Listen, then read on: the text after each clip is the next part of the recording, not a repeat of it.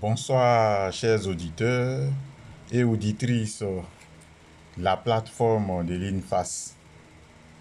Je suis inspecteur Baba Kwapou Ignace, enseignant à l'INFAS, école de spécialité.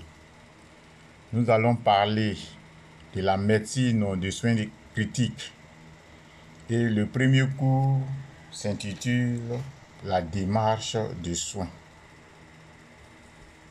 Nous sommes tous des infirmiers et nous ne devons pas travailler au hasard.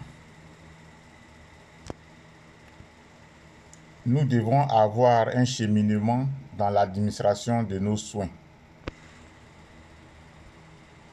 Comme définition, nous disons que la démarche de soins est un processus de résolution de problèmes en soins infirmiers. C'est un parcours dynamique qui a pour but de les déceler et de les résoudre. Elle permet ainsi la continuité des soins en fonction des éléments transcrits. Le but de la démarche de soins est de permettre à l'infirmier d'identifier les besoins de la personne, de poser un diagnostic infirmier, de formuler des objectifs de soins et de mettre en œuvre des actions et de les évaluer. La réalisation d'une démarche de soins consiste à effectuer toutes les réflexions logiques nécessaires pour déceler des problèmes et trouver des solutions efficaces et personnalisées. La démarche de soins permettra donc une prise en charge globale et personnalisée du patient tout en favorisant son autonomie, en améliorant la qualité de vie. La démarche de soins participe à la promotion de la santé.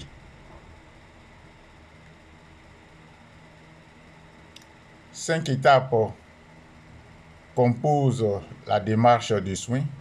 La première étape, c'est le recueil des informations. Ensuite, l'analyse des informations recueillies, la planification des soins, la réalisation des soins et enfin, l'évaluation et le réajustement si nécessaire. La première étape comporte le recueil des informations. Cette collecte de données permet de faire l'inventaire de tout ce qui concerne le patient. Cette étape descriptive a pour but de rechercher des informations permettant d'appréhender le patient dans sa globalité. La deuxième étape consistera à analyser les informations recueillies.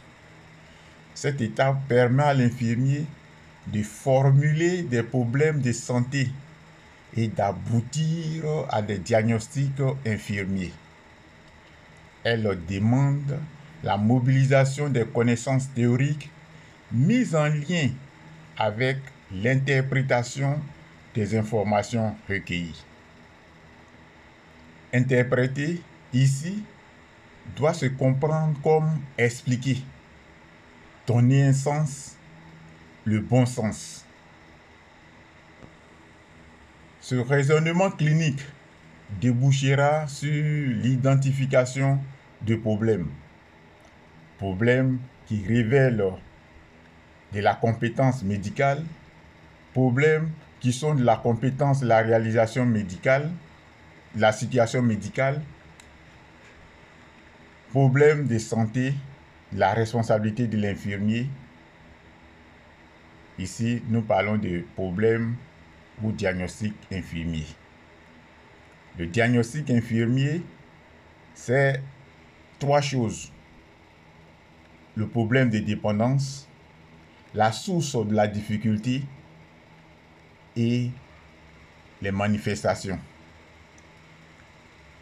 Ce diagnostic infirmier peut être réel ou potentiel. Le diagnostic infirmier se formule de la manière suivante. On aura le problème ou risque de problème, la cause qui est liée à ou reliée à, les signes se manifestant par. En somme, le diagnostic infirmier potentiel n'est pas concerné par les signes. Comme exemple de diagnostic infirmier réel, nous avons l'altération de la motricité liée à la fracture de la cheville se manifestant par une douleur à la mobilisation, une impotence fonctionnelle. Comme exemple de diagnostic infirmier potentiel, nous avons le risque d'altération cutanée liée à l'alitement strict, à la dénutrition et à l'âge. La troisième étape, c'est la planification des soins. Cette étape correspond à l'élaboration du projet de soins du patient. Elle consiste à générer la stratégie de soins à proposer au patient afin de résoudre les problèmes posés grâce à des objectifs de soins. Un objectif de soins se formule pour le patient avec un verbe d'action et un délai. Il est centré sur la personne et ou sur son entourage. L'objectif de soins se doit d'être mesurable, réalisable, précis, avec une échéance plus ou moins courte, à long terme et évolutif. Comme exemple, on a la fracture de cheville. Le patient réussira à se mobiliser avec une canne d'ici 24 heures. Dans cet exemple, les critères sont le but recherché. Réussira-t-il à se mobiliser? Le moyen, c'est avec sa canne. Nous avons ici une notion aussi de délai d'ici 24 heures. La quatrième étape, c'est la réalisation des soins.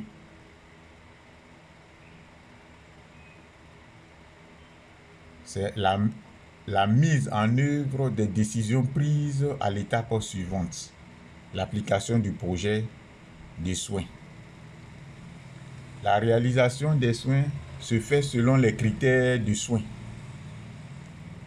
L'efficacité, le confort, l'organisation, la responsabilité, la sécurité, l'économie et la transmission. L'ensemble de ces actions vise la disparition du problème de dépendance.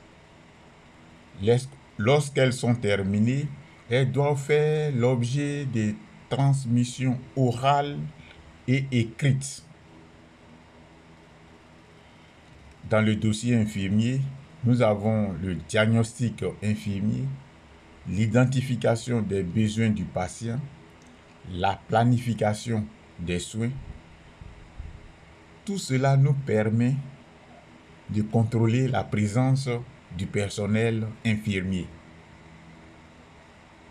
La dernière étape, qui est l'évaluation, nous permet de dire que à cette étape, vous devez être en mesure de répondre à la question: ai-je atteint mon objectif? Pour cela, il vous faut procéder au recueil de données d'évaluation, comparer les données obtenues à celles antérieures, évaluer l'efficacité et réajuster si besoin. il se peut que l'objectif ne soit pas entièrement atteint.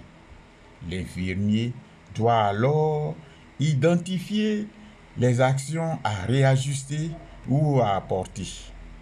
Si l'objectif n'est définitivement pas atteint, l'infirmier devra chercher les raisons de son échec. Chers auditeurs et auditrices, je vous remercie.